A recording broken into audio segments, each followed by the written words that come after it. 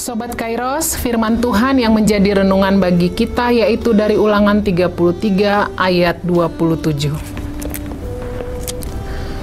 Allah yang abadi adalah tempat perlindunganmu, dan di bawahmu ada lengan-lengan yang kekal.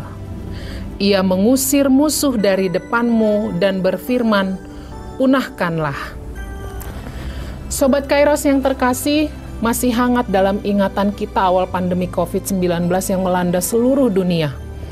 Virus COVID yang begitu cepat menyebar membuat pemerintah harus mengambil beberapa kebijakan termasuk lockdown untuk menekan penyebaran virus yang semakin banyak memakan korban. Banyak orang memilih untuk di rumah saja daripada bepergian. Namun, orang yang selalu di rumah saja pun bisa tertular dan menjadi korban.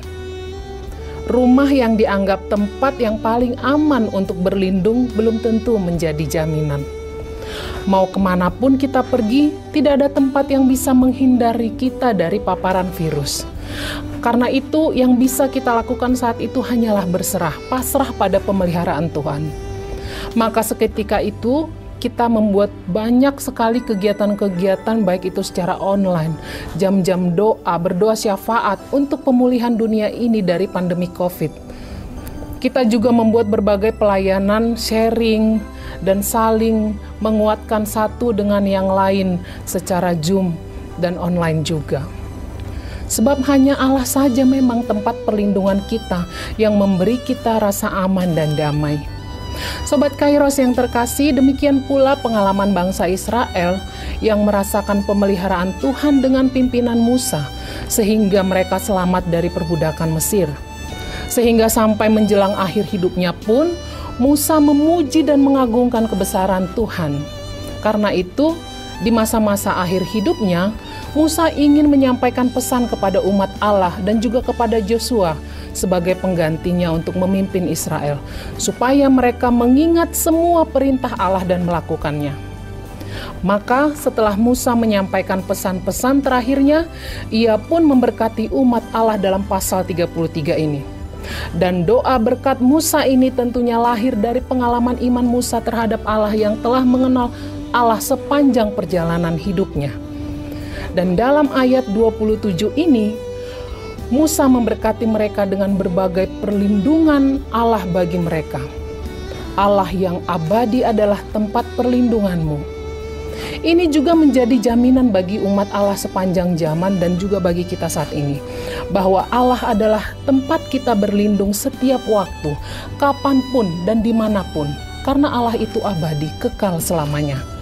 Allah juga akan menyokong, menopang kita dengan lengan-lengannya yang kekal. Allah tidak akan membiarkan kita jatuh sampai tergeletak, karena Ia akan menopang kita. Bahkan Ia mengusir dan melenyapkan musuh dari depan kita. Tentu ini juga dari pengalaman Musa ketika membawa umat Israel keluar dari Mesir, tepatnya ketika menyeberangi Laut Merah. Tetapi tepat di depan mereka, semua tentara Firaun dilenyapkan Allah dengan menenggelamkan mereka di laut. Saudara-saudari, Sobat Kairos, kita tidak akan tahu bagaimana Tuhan akan melindungi kita dari segala mara bahaya di dunia ini. Semua bisa saja terjadi di luar pikiran dan kekuatan kita.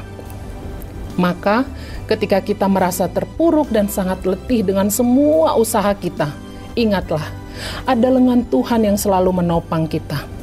Ketika kita bingung dengan berbagai masalah yang sedang kita hadapi, ketika kita dilukai oleh orang lain, ketika kita dikelilingi musuh, maka Tuhan adalah satu-satunya tempat perlindungan kita. Tidak ada tempat yang paling aman di dunia ini selain Tuhan.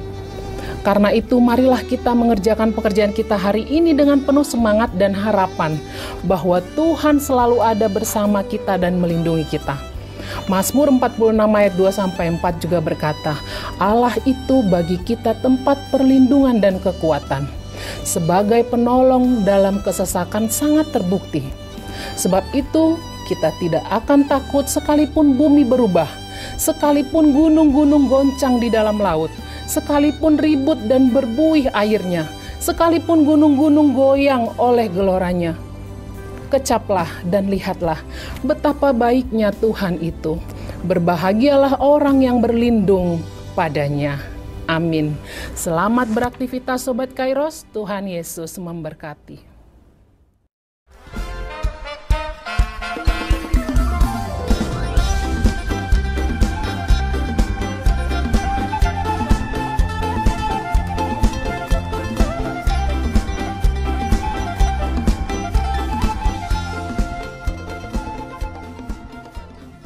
Tahun ini merupakan tahun yang bernuansa kesatuan hati bagi seluruh gereja HKBP. Kita telah menetapkan orientasi pelayanan tahun 2022 sebagai tahun kesehatian di bawah terang tema sehati sepikir dalam satu kasih, satu jiwa, dan satu tujuan dari Filipi 2 ayat 2. Dan subtema mewujudkan kesehatian dan kesetiakawanan bagi gereja, masyarakat, dan bangsa. Panitia Tahun Kesehatian HKBP Distrik 8 DKI Jakarta telah ditetapkan menjadi organ pelayanan dalam mewujudkan persekutuan, kesaksian, dan pelayanan yang semuanya diikat dalam satu kasih, satu jiwa, dan satu tujuan. Kesatuan hati dalam persekutuan, kesatuan hati dalam kesaksian, kesatuan hati dalam pelayanan bukan hanya membina soliditas internal semata, namun juga menyangkut relasi, hubungan yang baik dengan dunia luar kita.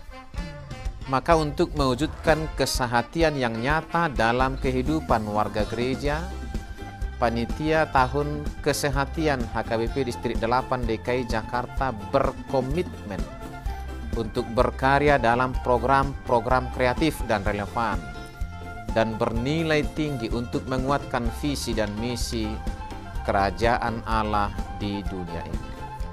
Kami mengajak seluruh elemen gereja, baik pelayan penuh waktu, pelayan takbisan dan non-takbisan, serta seluruh jemaat dan para pemerhati lintas denominasi, mari bersama-sama mendukung dan mensukseskan seluruh program-program pelayanan yang telah ditetapkan, baik dalam doa, daya, dan dana.